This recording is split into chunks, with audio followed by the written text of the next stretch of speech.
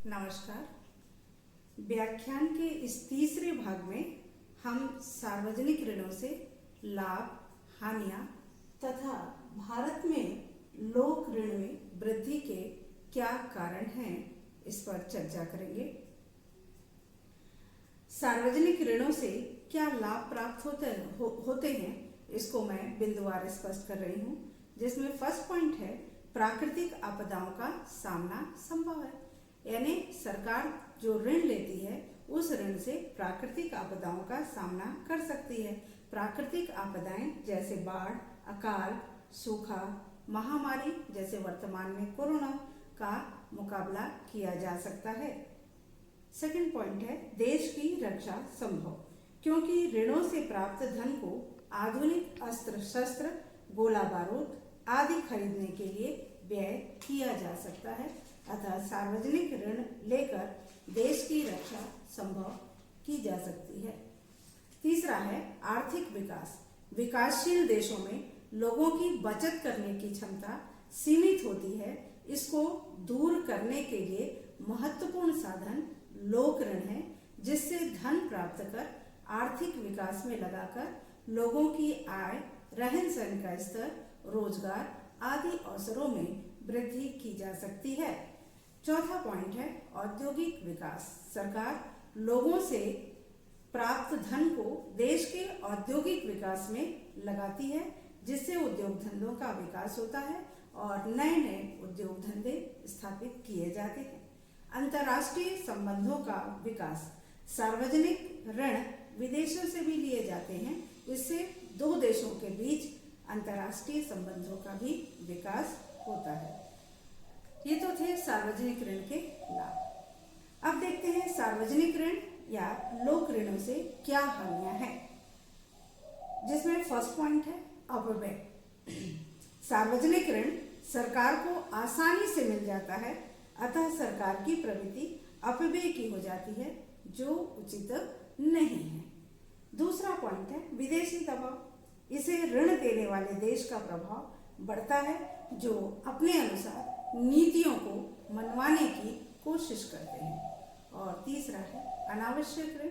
आसानी से ऋण प्राप्त हो जाने के कारण प्रायः सरकारों को ऋण लेने की आदत पड़ जाती है, जिसका भार जनता को भुगतना पड़ता है। चौथा पॉइंट है राष्ट्रों के बीच मनमुटाव। सार्वजनिक ऋण विदेशों से भी लिए जाते हैं और जब निश्चित अवधि में ऋण का भुगतान नहीं किया जाता है तो दोनों देशों के बीच मनमुटाव भी उत्पन्न हो जाते हैं।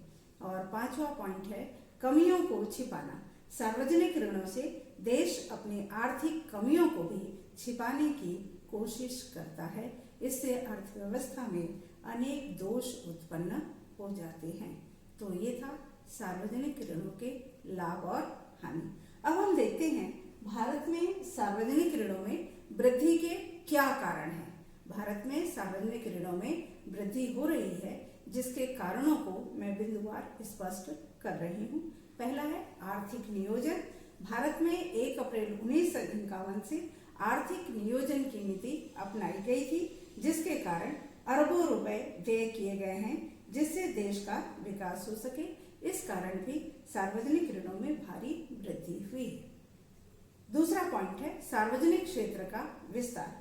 1950-51 में केंद्र सरकार के 5 उपक्रम थे, जिनमें केवल 29 करोड़ रुपए की पूंजी लगाई गई थी। लेकिन आज इस प्रकार के 249 उपक्रम हैं, जिनमें बड़ी रकम विनियोजित करने के लिए सार्वजनिक ऋणों का सहारा लिया गया है। तीसरा है सुरक्षा व्यय में वृद्धि। विगत वर्षों में पड़ोसी राष्ट्रों की गतिविधियों के कारण भी सुरक्षा व्यय में भारी वृद्धि हुई है, जिसके कारण भी सार्वजनिक ऋणों की मात्रा बढ़ी है। और चौथा है मूलधन एवं ब्याज का भुगतान। पिछले ऋणों की वापसी और उनका ब्याज देने के कारण भी सार्वजनिक ऋणों में वृद्धि हुई है। इसके अतिरिक्त अन्य कारणों में सामान्य मूल्य वृद्धि, वेतनों, मजदूरियों में वृद्धि, विदेशी विनियोग की समस्या भी भारत में सार्वजनिक ऋणों में वृद्धि के कारण रहे हैं। तो ये था हमारा सार्वजनिक ऋण का अर्थ, परिभाषा, उद्देश्य, वर्गीकरण, आर्थिक प्रभाव, लाभ तथा हानियां और भारत में लोक ऋण में वृद्धि के कारण।